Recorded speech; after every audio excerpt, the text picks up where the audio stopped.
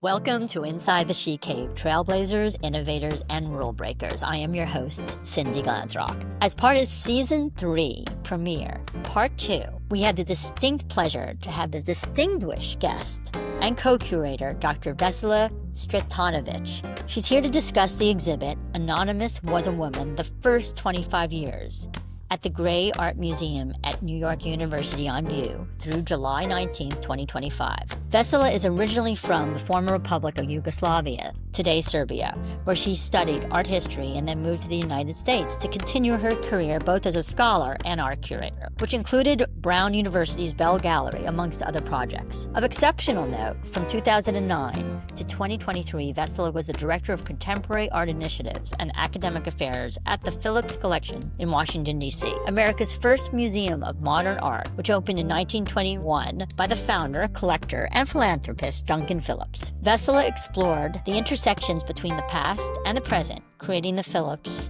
Intersection series, which presented 33 artist projects since its inception. This unique initiative brought emerging and established contemporary artists from around the globe to create these site-specific works, engaging directly with the museum's architecture. A Georgian revival townhome designed by Hornblower and Marshall, with several additions made over the years. After an impactful tenure at the Phillips Collection, Dr. Sretenović founded Non-Aligned Art, her initiative dedicated to fostering open dialogue and exploration of the critical issues shaping art and culture today.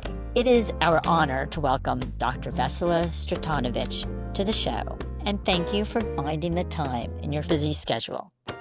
Welcome. Vesela Sretenović. That part of the world that you're from, as in Belgrade, Yugoslavia, is something that so few Americans get. And the history of your country and your people and the culture is something that I'm trying to learn about. I have so much to learn about, but I almost, as I said, the Smithsonian Institute, I think, is doing a tour of that area. And I was hoping you were going to be the tour guide, because you are the one who, after going to this exhibit, which congratulations, hats off to you. The curation of the Anonymous Was a Woman is just fabulous. And I know it's been in the works since 2020, and you managed to finally pull it off between COVID and the expansion of the move of the gallery. But I wanted to introduce you and say thank you for being a part of Inside the She Cave and sharing your personal experiences in the art world. And I know you're a very private person, but I hope you'll share with us as much as possible why the art world. How the heck did you decide to get into this? Well, I actually world? wanted to study psychology first. In Belgrade, where I went to college for my undergrad, it was called College of Philosophy or Faculty of Philosophy. And it was a one building, and one floor had a philosophy, one floor had a psychology, one floor had art history and archaeology. And so the philosophy and psychology were second floor, and the art history was on the fourth floor. So I went back and forth, back and forth. Then decided psychology, but then I saw statistics 1 and statistics 2, and that was not in my cards. So I went to art history. So the art of psychology. Creative process. Well, I work with living artists, so that is, That counts as psychology. You have to have it. You have to be insightful, and you have to listen, and you have to understand. So really, I'd say that stayed with me. And the way I approach my profession is to try to understand the creative process behind artistic, practice. So that to me is the key. By being and explaining the work, it really understanding where it's coming from. Well, you're a scholar and a curator and a historian and a writer, and you love the contemporary world, it seems, of art, and you are very into cross-disciplinary art practices, from what I can see. And that's why I wanted you to maybe share a little. I like the story how you sort of just did a cold call to end up with the Anonymous Was a Woman, how you ended up meeting Susan Unterberg. I just love that. Could you share that with the audience? Well, the full story is, and I'm going to try to make it brief, is a neighbor of mine who is very dear. One day we were walking in the park, and she said, well, you got to meet this woman. There was an article that just came out when she announced her name. And so I did read the article. I said, that is right. I should meet this person. It's really wonderful what she's doing. I said, I'm, following her own anonymous existence. I said, well, I'm just going to send her an email from my personal email rather than with my, official signature and title. And so I did. I didn't really say much about me, except I expressed my appreciation of what she's doing. And then I think later on, she told me that she thought I'm some Eastern European, woman. I'm probably asking for help, a grant of some sorts. Yeah, you're an artist, which you Something are. like that. And then I said, well, no, actually, at that time, we were preparing to do celebration of women artists in the Phillips Collection where I was. And sort of my hidden agenda was actually to meet and see if she would be amicable to do something with us. But, I approached her anonymously, just as I said, kind of following her own path. And then we met in New York, and one thing led to another. And she said she would love to participate in a panel discussion that was part of the display that very few people saw because it was right after COVID when we were open only maybe a couple of days a week. But it was a very minimal installation, which is very much my aesthetic, but it was also minimally minimal because of the COVID. And at that time, we had 6 feet distance, and it was super minimal, but really featuring the artists who were part of the collection. This is something we could have done during the COVID. So that led to then being asked to participate in the co-curating with Nancy Princenthal of the 25 years of celebration of The Anonymous Was a Woman. Well, I have to say, congratulations. Almost 15 years yourself at the Phillips Collection, which, as you know, I shared with you. I went there with my grandmother, and I would go there as a student at George Washington University. It was really such a special story, just how the family gave and why it was important. And of course, you did this wonderful, if it wasn't for you, I don't think the Phillips Collection would be so involved in the contemporary art world where they really shared the two worlds of the past and the present. So I think as the director of contemporary art initiatives and academic affairs at the Phillips, it seems during your tenure that you initiated this ongoing art project, these intersections. And I love most of your contemporary artists so much. I love who you chose, national, international, emerging, established. And then you made it work within the architecture. Can you share a little bit about intersections and how it came to pass and what it's all about? I'll give you another anecdote. Sure. When I came to the Phillips, to Washington, actually, it was the market crashed. It was 2007 in the fall. Wow. And so my job offer was on the table, but there was really no funding to do much contemporary art. Although I was hired as the first contemporary curator because what Phillips stood for originally, formed by Duncan Phillips, the founder, was to showcase the art of today. And what people often don't know is there was the first museum of modern art in the United States that opened in 1921 before MoMA. Collection, founded by me as a memorial to my brother in 1918, has during the 43 years under my directorship been known successively as the Phillips Memorial Gallery, the Phillips Gallery, and now as the Phillips Collection. Our emphasis is on the art of our own time, with our masterpieces of earlier times as inspirational and source material. So by hiring a curator with expertise in contemporary art, the idea was really to rejuvenate that intention of the founder and bring back new life. However, the budget didn't follow the idea. And so and I'm not one of those who's going to sit and twiddle my thumbs. So I said, well, no, you're not a twiddler. And I know a lot of artists. Many of them are friends. I said, well, how about if we start something that makes sense for the institution, that was in the past, at that time, like previously, really focused on blockbuster shows, which was the 90s. That was the theme of the day, and renowned for, collection and exhibition of impressionist post-impression. So how could we divert from that to more of art of today? That was the agenda. That was the mission. And the very first project was called This Is Not That Cafe. And it was in the cafe, and that because the vendors were not there. And I said, okay, here's the free space. So you curated within the cafe of the museum a show, an exhibit. Yeah, I did. And it was an empty space. It was an empty space because Phillips was in a process of waiting for the new vendor. Well, I said, hey, this is an opportunity, and also an opportunity to really do something that is community oriented and something that is livelihood. Coming from the Balkans, where coffee is like one of the most important things, it sort of was my territory and felt perfect. And so I called on friends in New York. One was Annabelle Dow, who is from Lebanese American artist. Also, coffee is very important, and coffee culture very important. Where is coffee not important? I don't know, maybe in China. It's an international treat. But it resonates maybe, deeper in different way in that part of the world, in Middle East and the Balkans. In any case, so she has her collaborative team. And so they would come. So she redesigned the cafe. And then every month we would organize living performative events where she would reach out to poets or writers or different artists in the city to activate the space. So the idea was activation on a regular basis. That was part of the project. So from then on, that was the birth of intersection in a way. And then from then on was really, like I mentioned to you earlier, I like the old architecture. I mean, that's something I miss living in the United States, although the DC has plenty of that. And Phillips is known for that and the intimate spaces. And this is probably one of the reasons why everybody loves coming to the Phillips. So how can you then put the two together? But also the building itself is so special. Yeah, it's 1898 Neo-Georgian style, and a lot of rooms were the living spaces, and the library, the music room, and et cetera. So, and also coming from Europe, where those things are sort of a norm in many ways. It's not the norm for the United States because there are not so many historical buildings that are museums. Frick is one of those.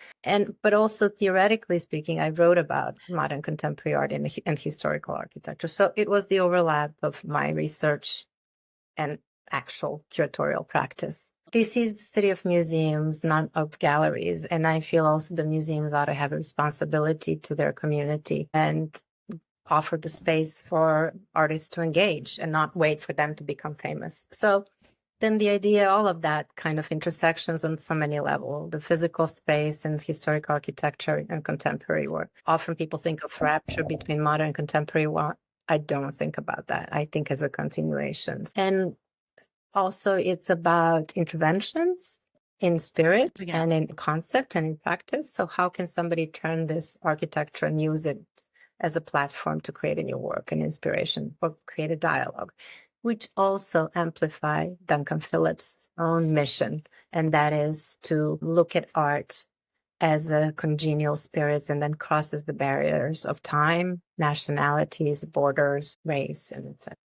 It's funny because my grandmother knew really the mother of Duncan, and she said that she was really the inspiration. So I know we keep speaking about Duncan, but really there was a woman there before Duncan that really very much, according to at least the history that I knew, was a strong proponent of art, and he then stepped in. And plus, Duncan married Marjorie, who was a painter. And it is really, I often say something that I think it's often overlooked, and that it's Marjorie who was at the end, after he passed away, the director, who really introduced him to art of his own time, contemporary artists, because those are her buddies. And he collected a lot of works, the Phillips, that are not first league or aesthetically the most important work, but they did it to support their own fellow artists, and they did it for that. There is a lot to say to compliment them and really celebrate them as supporters of artists. There's a great picture of Duncan, I think, with his wife, Marjorie, which I love because it just shows the collaboration from from very far back. And I think especially when they say it's really. He said his love of painting gave him the will to live. It was like very, very sweet. He's had a very soft side to him, sort of a feminine side, as you could call it, in terms of when she passed away, I guess, when his wife passed away. The museum was founded in memory of his brother who passed during the influenza. So it was really ironic that we were getting ready to celebrate the 100th anniversary. And then the COVID hit, and it was, history repeats, ironically. But he was truly a great philanthropist, too. I mean, it was beautiful, they had a beautiful art gallery, and I think it was a modern, like you said, the first modern one. And they also loved music. So there were, a lot of, contemporary classical music is a big part of the Phillips program. It's sort of interesting because I guess his father was a banker, I remember, and they moved to Washington. I think they were from Philadelphia, but they sort of made They were in steel business. They were in the steel business. I know the father was also the founder of Jones and Laughlin, the steel company. Yeah. So I guess Yeah. banking and steel. Good combination. Yeah, it's an amazing thing because they all were sort of raised, art was a part of their life, I understand. So more of a privileged sort of background.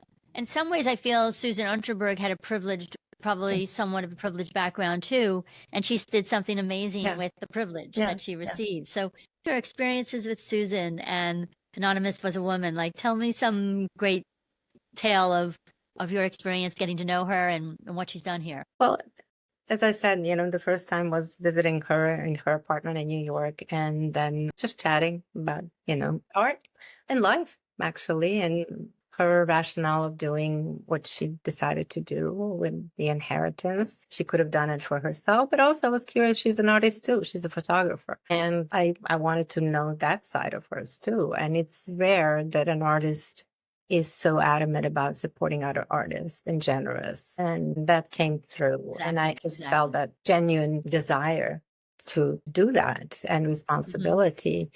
And I think she's very gutsy and I like that. She's very direct. And I think that was a connection. I remember she said, well, she wants to have it small. She wants to have her foundation very small because she can make decisions and run with them. Whereas she said, I'm the decision maker here. Yeah. And I was like, yeah, lucky you. When you work in big institutions, you go around and it takes often a very long time, not only for decisions to be made, but to be implemented. And I kind of relate to that too. So on a personal level. So how was that for you to co-curate with someone like Nancy and choose the work? Was it easy to do, or was it because you're used to doing it yourself, really? I mean, you have a team at Phillips. I mean, I mostly worked by myself in terms of curatorial decision. I had really... Oh, I thought you were a co-curator. Oh, no, for the Anonymous. AWAW, Yeah, Nancy. Oh, you're at the Phillips Collection. You were deciding. Yeah, I think it was great. I don't know what Nancy would say. We complemented each other because we come from very different backgrounds. And there were times we would have very different opinions, but I think we respectfully listened to each other and found a middle ground sometimes. And it was Lynn Gumpert, who was the director of the gallery, also sort of had her own opinions and views, which was good because neither Nancy nor myself are part of the institutions. And coming from another institution, each institution has a context and working style and the pluses and minuses. So it was good to have a third person who is kind of looking at it from the institutional point of view. But we were sounding board for each other. And, coming from different experiences, and both of us knew a lot of artists. And it was, as I mentioned earlier, it was really tough to make decisions, probably more than any of those artists could ever think, especially because so many were either her or my friends. I'm having fun. I'm looking through this list of recipients. Yeah. I love the fact that it has what they did, a sculpture and installation like Polly Apfelbaum, New York, 1998. And just looking through the places all over the country and the world. Of course, a lot is the New York area and the East Coast because, of course, maybe it's because Susan's from here, etc. It's still quite an impressive, diverse crowd. And I just love, just scrolling through this list and then seeing the beautiful artwork in the book. That book is just magnificent. Congratulations on the book. Really, the book. Elaine Boxer is an artist of her own, and she needs to have her recognition and congratulations, because without her, the book would not be what it is. So I think it's a work of art. It is a work of art. Speaking of works of art, I mean, you've done some incredible works of art celebrating women artists in the Phillips Collection in 2020, I believe it was, the celebration of the passing of the 100th year anniversary of the 19th Amendment. Correct. And if I understand correctly, you had quite a few AWAW attendees, or people that participated in your curation. Yeah, there were 7 at that time. And now in 2021, Lynn Myers was another artist who is very well featured at the Phillips Collection. So she's the recent recipient. She was not part of the exhibition because we ended in 2020. So altogether now Phillips has 8 artists who were recipients. J. Coe, Simone Lee, Jennifer Wenma, Jean Silverthorne, Valeska Soares, and Renee Stout, and Lynn. So And Lynn, Myers. Myers, Yeah. right.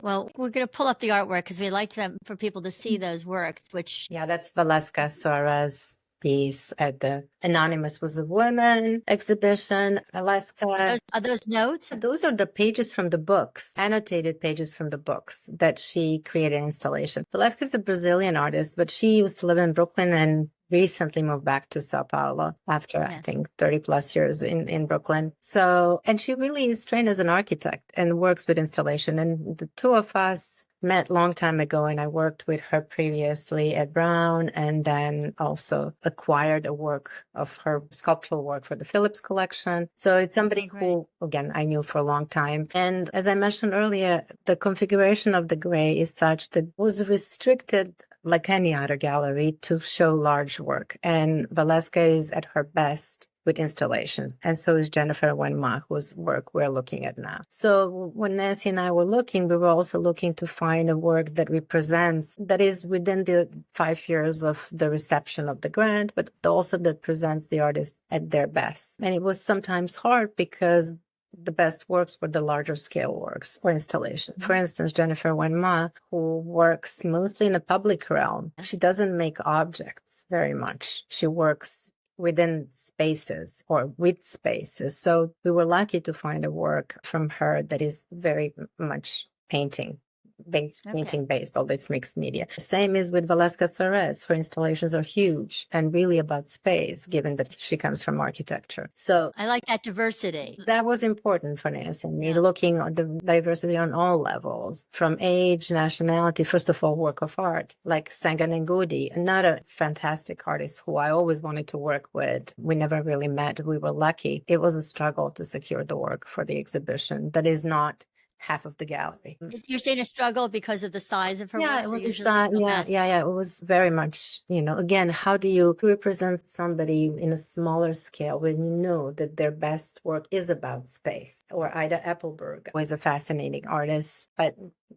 this was, back and forth, and trying to find the work that can fit the exhibition. The idea from the beginning was to create a compelling exhibition that is compelling visually and intellectually. Is this a painting? Because it looks like a sculptural painting. Yeah, but it's part of a larger installation. So it's only a piece of an installation. That would have taken, an entire room. So just like anything that you saw in terms of videos was really meant to be projected on the wall and create its own spaces. However, given the space configuration and given the nature of the show. Speaking of videos, this piece of Claudia Jankovic, I saw it as a projection. Beautiful. It had a different impact. So, those were changes we had to make with the permission or agreement of the artist, because it does affect how the work looks. Explain to us what you mean by the permission. So it was supposed to be on like a full screen or as private room? Yeah, it depends. This is where you have to work with. You have to, ideally, you work to be respectful to the artist. You say, okay, this is the space and this is what we can or cannot do. Are you okay with that? And some artists will say, well, can you do this? So it's a back and forth conversation when it comes to video. And artists who have experienced, like, they know when you have a group show, it's not about your work only. It's about a group show as a group show. And everybody needs to make a little, tweak it here and there. That's not the artist in the picture, is it? No.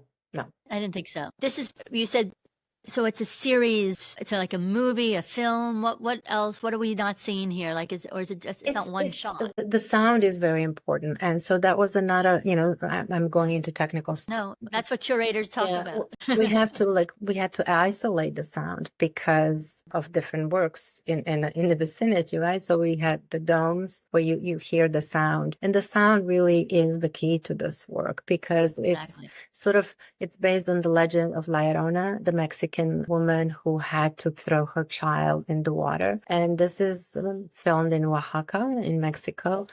I love Oaxaca, by the way. Yeah, everybody loves Oaxaca. It's so beautiful. That's so funny. I didn't know that was Oaxaca. Yeah. Now I see it completely differently. And empty streets, because it's a very political video, essentially. It's very beautiful and poetic. And, there is this sad song, and there is this woman walking empty streets that commemorates all the people who were kidnapped or were lost or disappeared in the government, whatever political upheavals. So that's why it's sort of connected to the legend of Ladona, who's crying her own, crime, killing her children for surviving. Yeah. And so that's the relationship. But the sound really completes the piece. Yeah, you were creating an environment when you're doing that. The next piece, I think, was you had mentioned you saw her at the National Art Gallery. Oh, yeah, they have a beautiful exhibition that is small. There are only 3 works at the National Gallery. The Tower, so-called The Tower. This is Chakaya Booker. She's a very interesting African-American artist who really uses rubber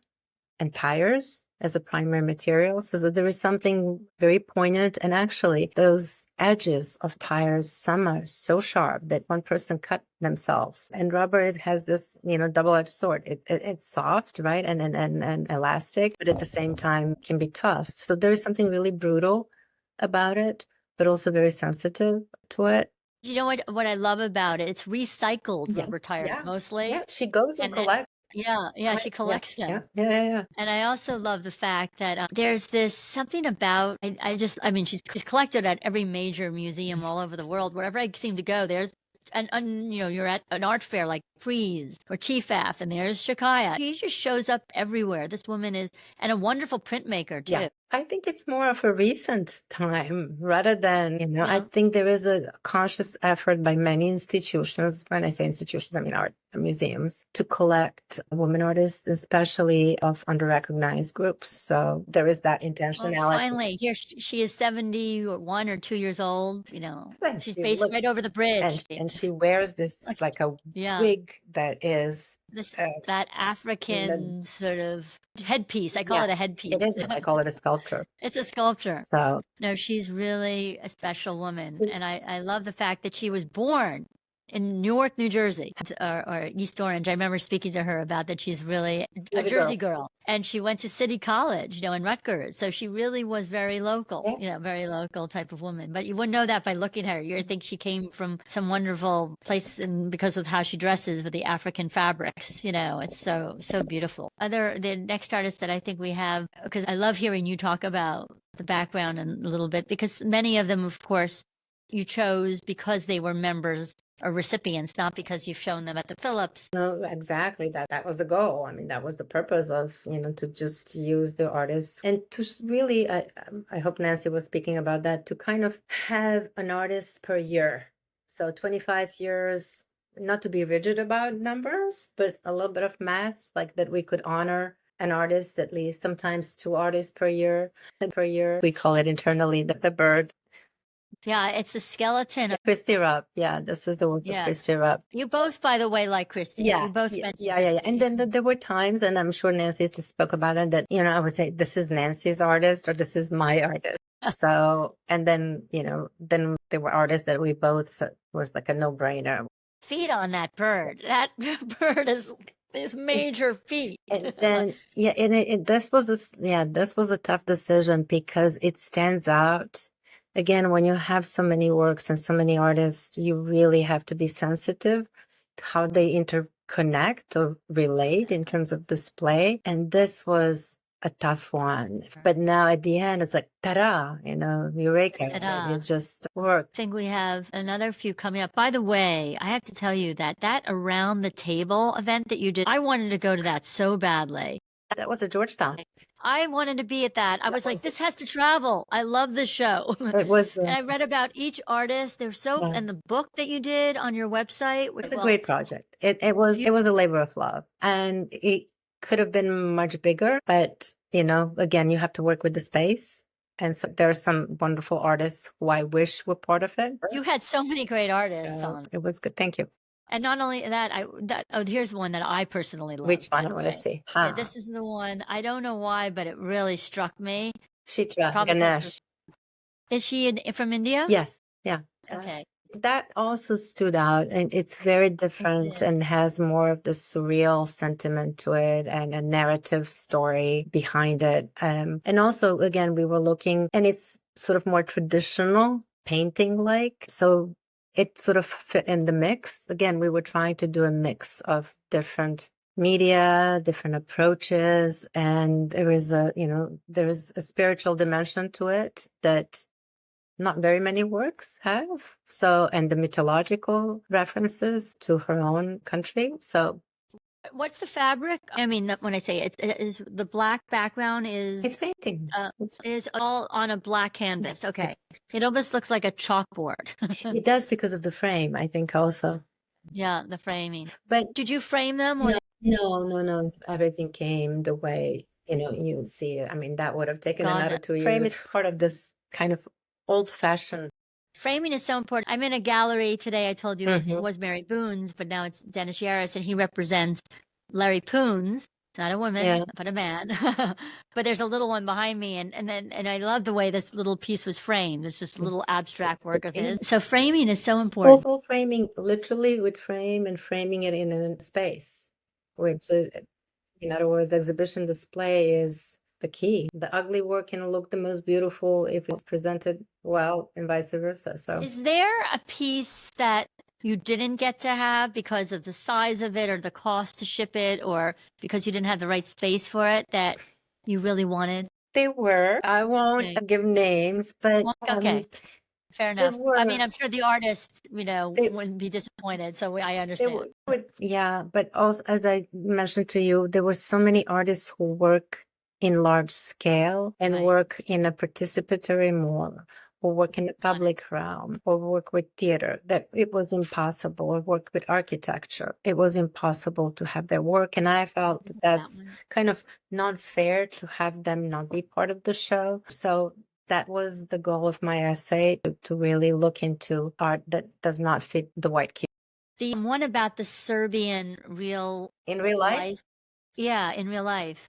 That I wanted to understand, because when you do exhibitions, you seem like you're all in with the history, and there's a lot of different things going on at once. But in that one, it seemed like it was very personal. Well, I come from there, so that way it's exactly. That's why I wanted to talk about where you come from. I didn't, I would say I was a curatorial consultant, and where was that exhibited? It was at the Katzen Center, American University, which is in DC, in Washington, DC. And it was an exhibition that was organized from Belgrade by a colleague of mine who has a gallery. And it was really for me. What's the gallery in Belgrade? It's called Art for All.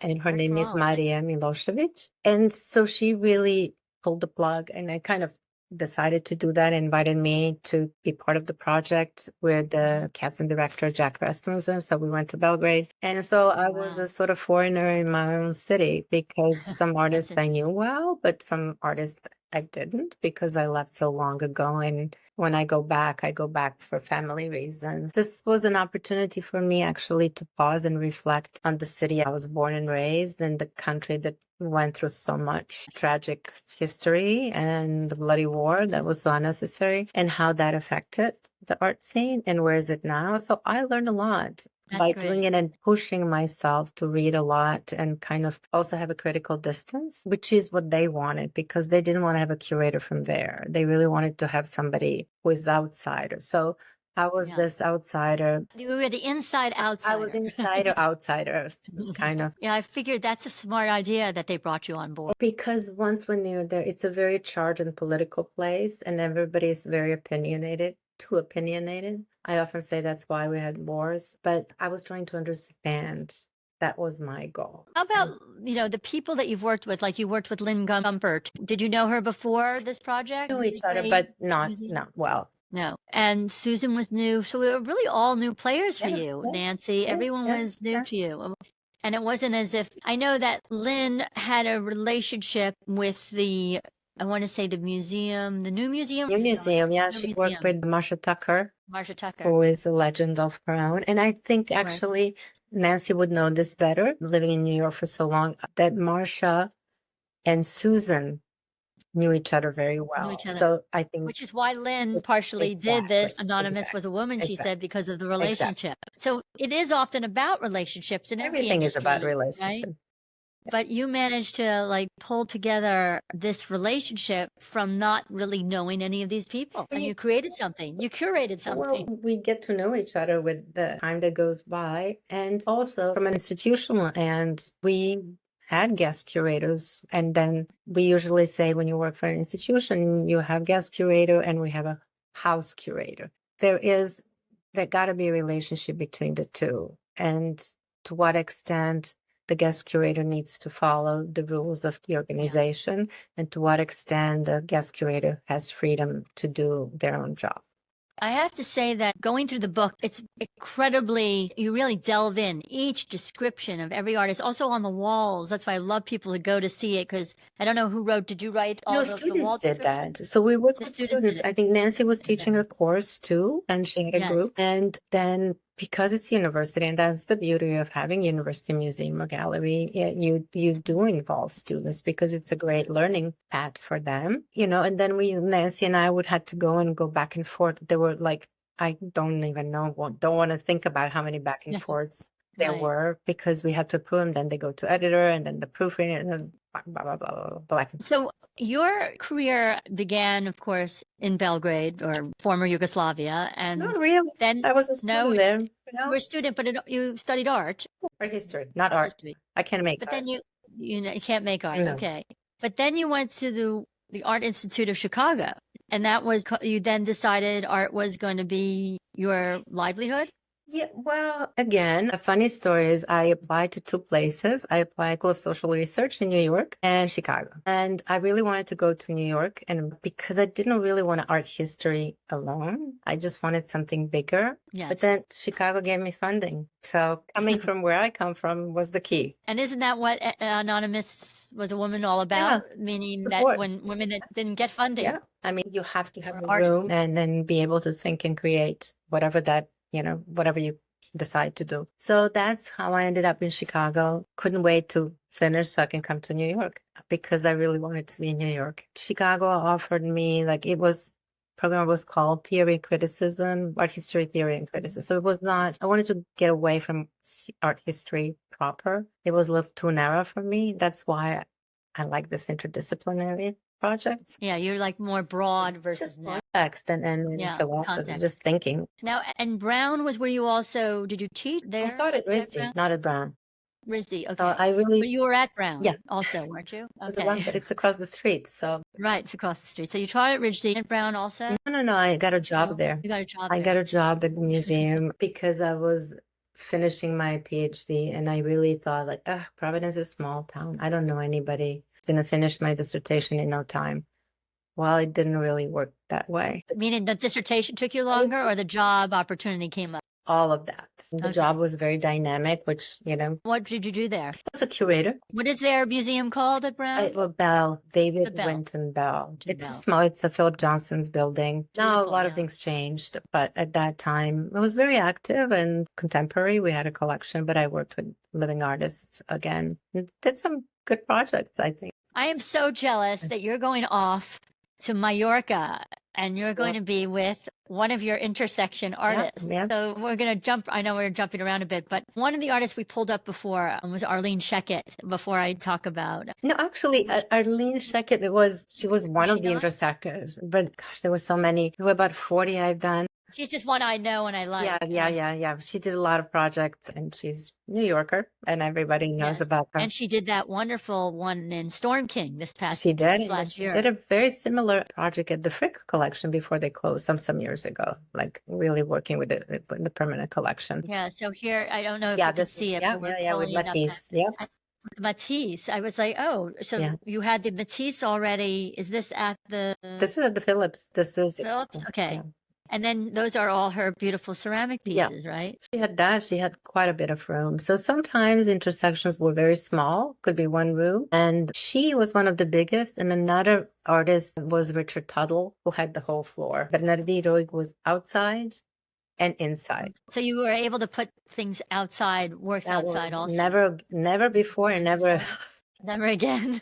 Yeah, I would worry about, unless you have big gates, at the Frick in New York. There was one sculpture suspended between the two buildings. So that was one of the dearest projects. And the best thing is when you continue to be friends with the artists. There's one special woman that you felt particularly connected to, who's from Cuba, Havana, Cuba, who passed away recently. Can you tell us a little bit about that relationship? Because that was very Yeah, special that's to you. I prepared a catalog. This Oh, show us. Cecilia Sanchez, who was originally from Cuba but left 59, like many people, and went to New York actually. So it's just an amazing trajectory that she went through. The exhibition was called I'm an Island, so Isla, because she thought of herself as an island. And true enough, not only she comes from Cuba, she lived in Puerto Rico, another island, and lived in Manhattan, another island. But this state of mind is really as an islander who is always floating, and it's neither here or there. And much of her work is that way. So the yellow piece is one of the earliest Beautiful. Called from the Afro-Cubana series, because she would consider herself mulata, saying that every person in Cuba has some black blood. And there is a certain religion, a lot of religious iconography is in this Afro-Cuban works that are very hard to decipher because there are very few translations into English in terms of symbolism and iconography. I love this one. That's the Amazonas. Amazonas. Yeah. Erotic topology. Yeah. That is the shaped canvas works that she started in the 70s onward. And the Joan of Arc piece. Yeah. I mean, and there's a lot of references to mythology because she was classically trained and she was going to become an architect, but then turned to art. And her family and her brothers were in music. And she ended up with a partner who was also having a rock music club, who I went to actually visit after she passed away. Victoria Ruiz, who was a musician and who opened a piano bar that existed throughout the 80s. And you went to visit her? Yeah. That's so great. And she has an exhibition now in Puerto Rico, in San Juan. She's an artist too. She's a musician. An exhibition of musician. Okay. And I remember that we were talking about your Mallorcan trip coming up. So it's all about friendship. It's really... Tell them a little bit about that artist. This is very dark work, very much about illumination, of being blinded and having light, being blinded and being illuminated by light. So it's about dualities and anxieties of human psychic. So it's dark, but it's optimistic. And we did a catalog that I mentioned to you earlier, working late nights with a designer, and the production was in Mallorca. In a wine cellar where his studio is. Yes. I forget, 14th or 16th century wine cellar. And then, being on a boat during the day and then working late nights to get it done. It was very intense, and his work is very intense, and his intense personality, but the sweetest man, although he looks different, but his work is dark and not pretty itself. Where is he originally from? Mallorca. He's actually born in Mallorca. Okay. And they say they pronounce differently. Catalan language is different than Spanish. Say his name out loud because I'm not sure we actually said Bernardi. Now, Roig would be Spanish. Roch would be Catalan. What would be the one place that you haven't curated that you'd like to curate? I love that you said not Venice. I assumed you'd say Venice. Venice Biennale. Yeah, the Venice Biennale, but Venice you like. However, I didn't say not Venice. I was thinking about that. I was thinking like, okay, Tate Modern in London. Oh, that's so predictable. The Turbine, But then what I really like is Venice and those palazzos, especially Palazzo Fortuny or Palazzo Grassi. And art resonates differently when you have that historic architecture. I guess I'm drawn to that. So something like that. That makes sense to me. And is there an artist that's on your hit list of artists to work with that you haven't yet? There are some. There is somebody whose work I saw a long time ago, and I was hoping to do it at Phillips. It just didn't was not possible. Leonore Townley. Now she's getting recognition, but at that time, very few people knew her. They knew her because of Agnes Martin rather than because of her own work. And I love fiber. And her work is about fiber, but I think she's finally getting some recognition now. So I wish I could have met Eva Hesse. That would have been amazing. But, and I would have loved to work with Sanga Negudi, like on your work. All of those are possibilities, right? Yeah. And there is, some male artists, Pietro Manzoni, who I love, who is very difficult, who understand and very provocative. But I do like things that are thought-provoking. Yeah, thought-provoking is... I love what you're doing, speaking of I should say on a more global level, a thought-provoking, is this aligned art, what you said has been part of you for a long time, but maybe more official more recently in the last few years. Why aligned art? Many reasons. Sort of paying homage to where I come from. A non-aligned movement was the movement for the third world countries, mostly in the 60s. And actually the first meeting was in Belgrade, 1961, before I was born. That sort of stood, and a lot of people don't know that Yugoslavia, where I come from, was not part of the bloc, Eastern, Western. It was not aligned. It was in between. I don't want to take sides. I don't want to be judgmental, although we all are in some shape and form. We all are biased in some shape or form. Otherwise, we wouldn't be human. Right. But how can you walk that middle lane of reflection and critical reflection without antagonism, which I find very hard to be nowadays or in the past years. And there is a lot of anger, a lot of animosity, and a lot of no tolerance for differences of opinion. And I think, the inquiry is the most important thing for people to have. And that's what makes us human before anything else, to inquire knowledge, to think, reflect. And then you can agree or disagree. But if you can do it amicably, that's, to me, that brings the discussion. But the discussions are often silent, especially when it comes to critical issues. So that it really came from my own sadness or lack of ability to speak up and do things that push the envelope within the institutional setting. The way for me to work in a non-institutional setting and do it really grassroots with no backing, no money, bunch of artists. We all come together, and because we want to do it, we pull it off.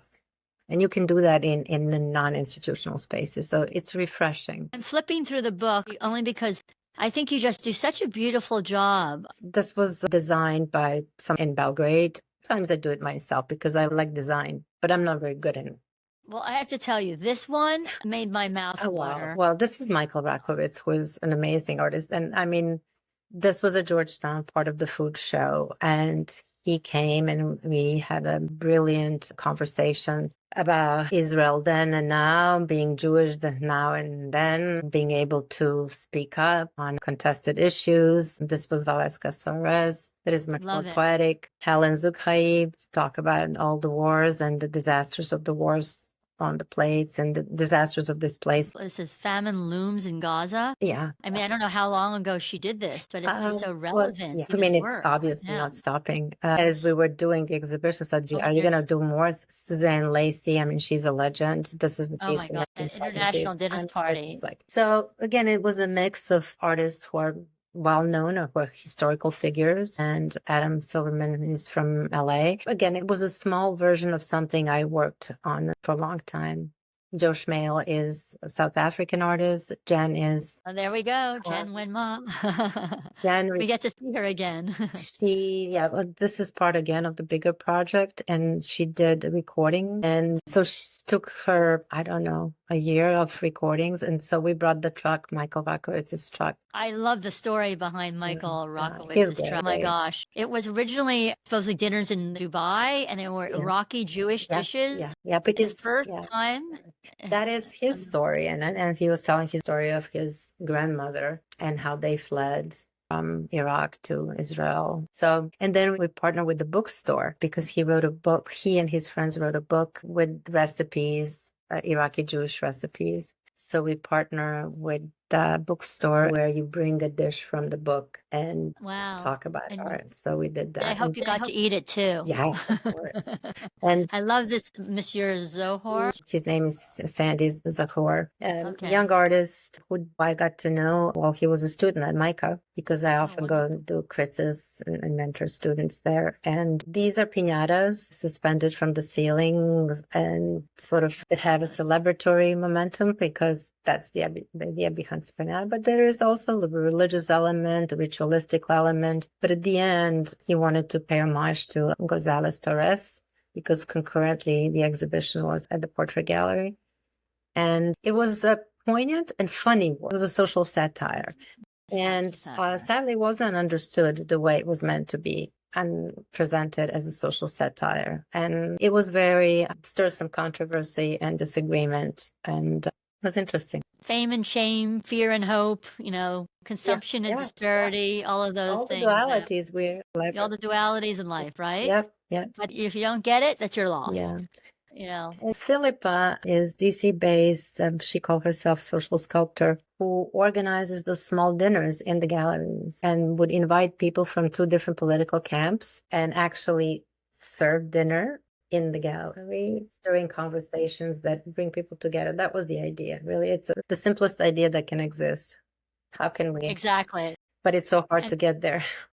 It's so hard to get there. It's what we try to do all our lives, is to stir conversation in a place where it's comforting, which is usually at the table or in the kitchen, right? Yeah. Or, out for food. You could storm off, but if the food's good, you don't want to leave. Or if you're drinking a good glass of wine, you want to finish it. Yeah. I mean, statistics say, at least in France, all the big decisions are made around the table with wine. And good meal with butter. A good meal with butter. I love that. Well, we've touched on a lot of your exhibitions, but most importantly, I know that this is ending. The Anonymous was a woman at the end of July. Does it travel? Is it going to be somewhere else? Do you know about what future it has? It's not traveling as it's in New York, but it will continue to life. The idea is really to use the catalog as a platform. The catalog as in the book that you right. This one. Yes, that wonderful book. Big one. If you need to do any weightlifting, it's a great way to get doing weightlifting. I think 5 pounds at least. I mean, the photography in this book is just, I can't know if I can show. I mean, just each page, I'm just opening up something. That's Janet Biggs and Moya Davy. And it is a teamwork, and manager of the exhibition and catalog publication at the Great Gallery. Allegra Favila, she is to be thanked. She's been amazing to me. And Sophia, who helped us out. Sophia is the communication manager, but the 2 of them are just... And I love, by the way, the roundtable discussion at the beginning of the book. With Susan. Yeah, we did that in Unterberg and Lynn Gumpert, yourself and Nancy Princenthal. Yeah. So it was so much fun. And so that was literally at her dining table, right? Yeah. Which obviously is not a very contemporary room. No, not at all. Not at all. Yeah. That was a surprise to me, I have to say. Right. Yeah. When you get into people's homes and all of a sudden you're like, what? Yeah. So that was sort of very classic. It looks like she returned to her parents' home. Like maybe a painting that might have even belonged to her, her parents once upon a time. I have to ask her the story. We haven't had a chance to talk about it yet. Just tell us. So what's next? What's next for Vesela? Besides my trip? Yeah, besides your trip. We are, again, to go back to the catalogs, the idea is to use the catalog as a reference or the stepping stone for maybe generating different exhibitions at different places, different institutions that would fit the context of the institution, the spaces, etc., etc. The small private museum here in Washington, D.C. called the Krieger Museum, which was also a private home from the 60s. Philip Johnson's architecture again. It has a small but very good collection of Impressionist work and Picasso's work, but also has a lovely outdoor sculpture garden. So there will be a small show of four women artists who are part of the Anonymous Award, who also reside in the area of, we say, DMV. DMV stands for District of Columbia, Maryland, and Virginia. And the mission of Krieger Museum now is to really celebrate and focus on the artists. Can you say their names? Joyce Scott, Lynn Myers, who was not part of the exhibition, but who is the new awardee. A new awardee, that's right. That's great. Recent awardee. Recent. Right. Renee Stout, Joyce Scott, Lynn Myers, and Jacob. And Jacob. Okay, great. So wonderful. Well, bravo. Small, but with the hope that now I'm working on all the logistics and figuring out everything else. But the hope is that this could also serve as an example how this can be taken into different places, allowing different curatorial visions or initiatives, depending on the institutional framework and the context. One of the great things about the fact that you did this Abby Weed Gray, knowing that someone who actually cared very much about art from other worlds, Iran, India, Asia, and brought that collection in 1974 to the NYU, a woman, to think about what was happening in the 70s for women, think about what was happening for women in the 70s, and she was bringing this collection to the NYU. I think it's mind-boggling, and then here it is 50 years later, and, it's developed and yet still an important woman 50 years later is doing a exhibition on 251 women at the Gray Museum of Art. Look at how history is 50 years later, from the 70s to 2025, has kind of come back. Yeah. So I think we are doing better, maybe, as women. I do too. I do too. Again, Good. being part of the institution, I know that there is incentive and it's a very strong one, but we're impatient.